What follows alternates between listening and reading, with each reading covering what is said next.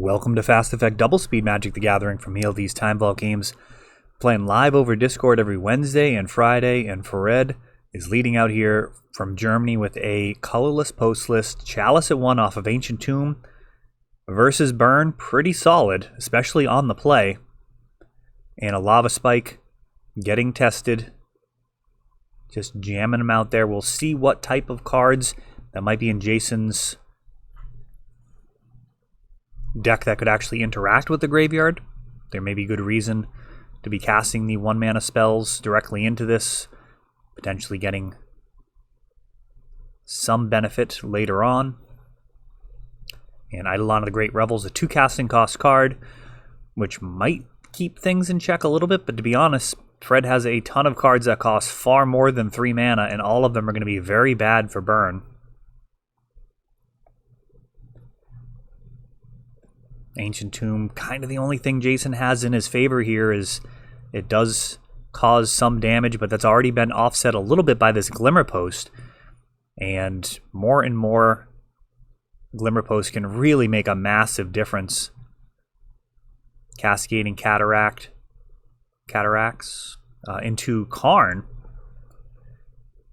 And we'll see what Karn makes happen here. Fred taking a look at his sideboard. He will go and grab a Ratchet Bomb.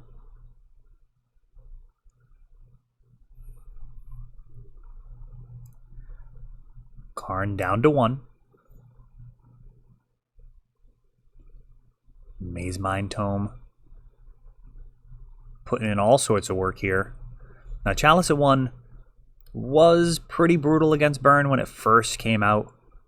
Burn has picked up a ton of options since then. Things like, Rift Bolt and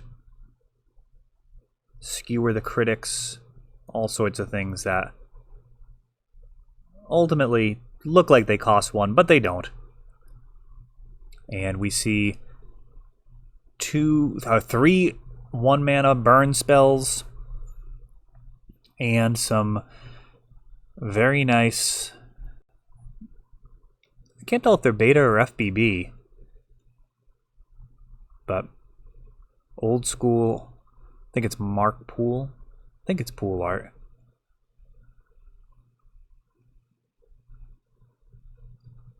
Ugin the Ineffable. Man, does this deck throw some serious hands. Ratchet Bomb comes down. At this point, no real need. And Jason scooping it up as that's an absolute mauling there. Didn't take any damage. Didn't need to. That game was over as things were just going to get worse and worse for Jason. Chalice at 1, crippling that game. On the play, very, very strong. I'm not going to lie, I've seen a lot of games where Burn has faced down Chalice where they have the play and they can get down like a turn 1 Goblin Guide and actually manage just fine against it. Obviously, Lightning Bolt and Chain Lightning, strong cards. Bolt, probably the best card in the deck. But, if you've got a Goblin Guide or a Swift Spear with some other spells that you can actually cast, you can still punch things out pretty quickly. And Price of Progress, also going to be a dangerous card here at 2 mana, as I'm pretty sure there's not going to be any basics outside of perhaps like a Waste. Maybe 1 or 2 basics in there. Tough to think of a great reason why. I mean, Ghost Quarter is not really going to see too much play, nor is Path to Exile.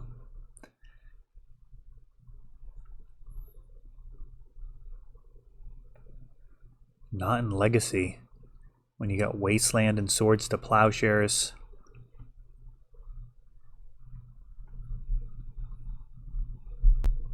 All right, here. So Chain Lightning right out of the gate here for Jason. No creature. Ancient Tomb. And a Grim Monolith. 3 mana into Basalt Monolith. And we've got a Manifold Key to untap the Grim Monolith. So this is some spicy stuff. Eidolon of the Great Revels comes down. Blast Zone enters with 1 counter.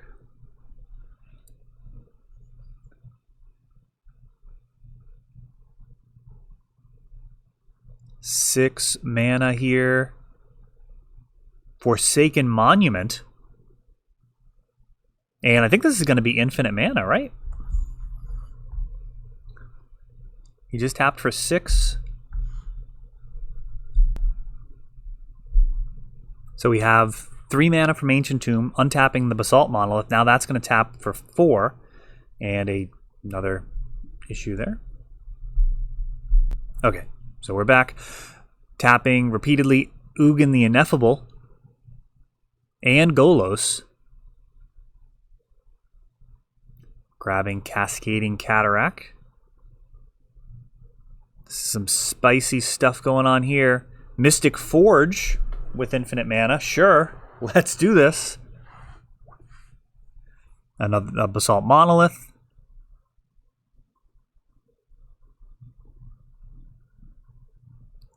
Maze Mine Tome. That's going to Sphere of Resistance. Not too much of a hindrance there, given that it's pretty lopsided. Infinite mana doesn't care about needing to pay an extra 1. Wow, and actually needing to pass the turn.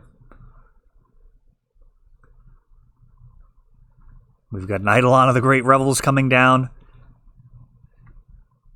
Not going to matter very much against this board state. We'll see exactly how this gets closed out, but this is really just a display of the power of Forsaken Monument here.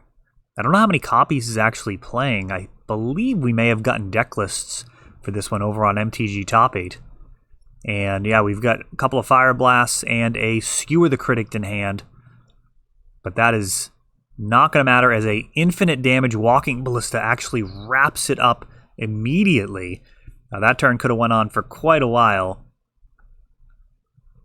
as we have Mystic Forge and all sorts of potential for incredibly degenerate card advantage, but mercifully Walking Ballista just wraps it up as Jason faces down a pretty terrifying deck there in the finals.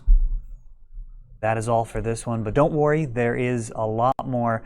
You can check out our older videos, and we're always putting out new videos from ELD's Time Vault Games in Bellingham, Massachusetts. If you want to help the channel, of course, you can like, subscribe, share, tap that notification bell so you can know the next time our new videos come out. Thanks for watching.